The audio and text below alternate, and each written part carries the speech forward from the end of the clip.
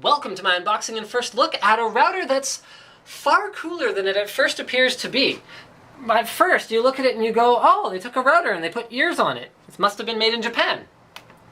Buffalo happens to be a Japanese company. Okay, moving right along though, this is the WZR-600DHP. This is a high power, so they're going for extra, power for enhanced signal strength and performance. Dual band simultaneous 300 plus 300 megabit per second, which honestly is as fast as any of your devices at this point anyway. Gigabit Ethernet, okay, for maximum wired speed, multi-platform, blah, blah, blah, blah, blah. Ah, right there, bam. Actually, there's a better logo. Double bam, DD-WRT. So this router is a high-powered router that is, hold on. Slick was complaining his camera work isn't good enough to compensate for the reflective wrapping. So there you go. DD-WRT logo. It also is ready for BitTorrent, Wi-Fi protected setup, Wi-Fi, and whatever that is. So DD-WRT is a third-party firmware that allows you to unlock additional functionality and features on what would otherwise be a stock router. So by calling out the DD-WRT-ness of this router, they have actually effectively said, look, this is compatible with what is widely regarded to be the best third-party firmware out there. It has these high-powered sort of features that are cute and adorable, and it's not that expensive. So what else is there to really say? Dual bands, this. Okay, this was their AC router. So this falls below an AC router in terms of the performance, but is and a little bit behind sort of the 450 megabit per second stuff on wireless N.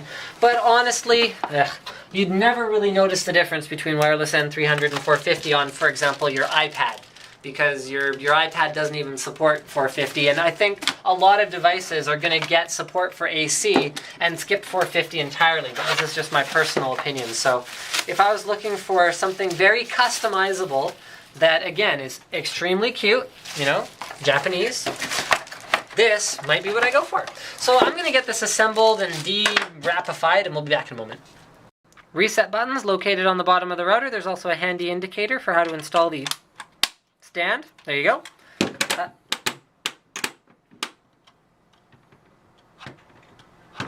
Whoop, okay, maybe I didn't do it right. Give me a sec.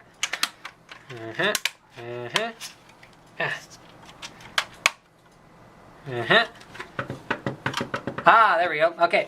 To install the stand, you've also got movie engine on and off. So I guess that's probably just a QoS feature. Diagnostic, router, these are the two bands, 2.4 gigahertz and 5 gigahertz power. Yes. There's your Wi-Fi protected setup. Okay, cool stuff. Oh, shoot, I forgot. I was trying to avoid touching the shiny set. Oh, that's not bad. That's actually surprisingly, can you tell that the fingerprints aren't that bad on there? Wow. Usually I see, okay guys, I see surfaces like this, and then I'm like, oh, that means I can never ever touch it. But this is actually, okay, now let's see if it gets scratched when I wipe it off, because that's the other mark of death for shiny stuff. Yeah, it gets micro scratches when you wipe it, but realistically, you should be hiding this under a table somewhere anyway, so I guess if you're that fussy about it, then, oh, that came off again. Okay, the point of this is the firmware and the power, guys. Moving right along, you can turn the router on, off, or auto, so that makes this easy to use as just a wireless access point. It has a hardware switch for turning that off. Very handy. Okay, USB eject, USB port for storage, as well as 4 gigabit ports, your WAN port, and your power in. In terms of accessories, we've got Buffalo's characteristic flat Ethernet cable. See, that's a heart right there. We've also got a power adapter. It comes on the wrapper with, you know, the SSID as well as the key that are initially set up, as well as the information you need. So put this somewhere safe, just in case you forget and you don't know how to use Google to look it up. I mean, well, no, you can know how to use Google, but it's not always convenient. Ah, screws to hold this on. There we go. See, they thought of this. Someone at some point was like, no, it doesn't stay on. Screws. Done deal. All right, and no way.